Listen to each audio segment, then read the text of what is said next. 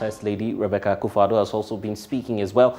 She's described as worrying the increasing number of childhood cancer cases in the country. According to Globocan, nearly 66% of cancer patients died in 2020 alone. Speaking at the International Strategic Dialogue on Non-Communicable Diseases and the Sustainable Development Goals, the First Lady is therefore suggesting that the inclusion of all cancers to NHIA packages must be done to reduce mortality cases, while also prioritizing the health of personnel and also encouraging the general populace to adopt healthy lifestyles.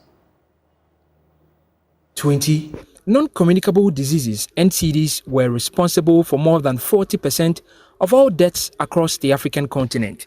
Speaking at the International Strategic Dialogue on NCDs and the Sustainable Development Goals, WHO Regional Director for Africa, Dr. Matshidiso Moeti, said urgent steps need to be taken to save the situation. NCDs pose, with each passing year, a greater threat to the health and lives of African people and the continent's socio-economic development.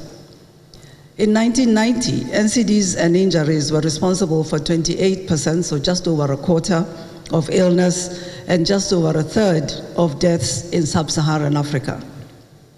In 2020, they caused over half the deaths in almost 10 countries and between 40 and just under 50% in 17 more countries, with many occurring at a much younger age than in other parts of the world.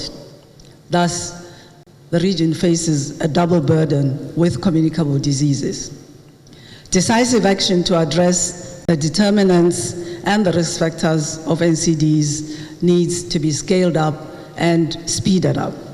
In response to the growing content of NCD burden across the globe, Presidential Advisor on Health, Dr. Anthony Asare, who represented the President, said a number of interventions have been developed to address the phenomenon, including the National Non-Communicable Disease Policy for the next 5 years. Data from the NCD program of the Ghana Health Service indicates that, on the average, 1 out of every 5 patients who visited the outpatient department was diagnosed with one form of NCD or the other.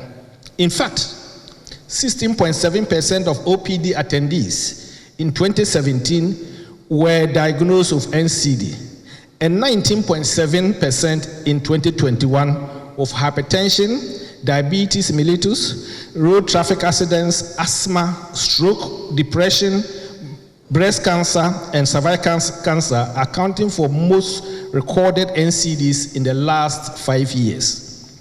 There has been a lot of country-led initiatives in the past towards reducing the impact of NCDs, which have yielded varied levels of success. If the current burden is anything to go by, it is obvious that we must augment our collective and individual efforts at reversing the trend, which could threaten our national development. It is in this light that the government, through the Ministry of Health and its agencies, in collaboration with ministries, departments, and agencies, and with support from development partners, have revised in relevance to our current context the National Non-Communicable Disease Policy, NNCDP 2022, with the accompanying strategy for prevention and control of non-communicable diseases 2022 to 2026. This policy framework will provide the direction and guidance for all NCD interventions in the country and is perfectly aligned to the overarching policy framework for health. Cancer, also considered one of several diseases under NCDs, killed more than 6,000 people in Ghana in 2020. The First Lady, Rebecca Akufo-Addo, says although positive steps have been taken against childhood cancers, the absorption of all cancers under the National Health Insurance Scheme will be a major boost in the fight against NCDs. In 2020, Globocan estimated that there were over 24,000 new cancer cases in Ghana, leading to nearly 16,000 deaths. This means 66% of people diagnosed with cancer died. This is a green picture. The major contributors to this picture are the 2 leading female cancers, breast and cervical cancers, and prostate cancer in men. Again, childhood cancer seems to be on the rise. Is it a case of better patronage because of better awareness? I don't know. But what I do know is that it is a worrying phenomenon which needs to be addressed as a matter of urgency. Currently, access to medicines, diagnostics, and treatment of cancers in Ghana are fraught with some challenges. These include lack of awareness of the disease, late disease presentation and diagnosis, cost of treatment, and inadequate qualified personnel and infrastructure. This is a major step in combating cancers successfully. We also need to encourage better lifestyle choices. There must be a concerted campaign on dietary choices and the uptake of regular physical activities. Another factor that should be considered as a matter of urgency is the training of health personnel to ensure early diagnosis and prompt treatment.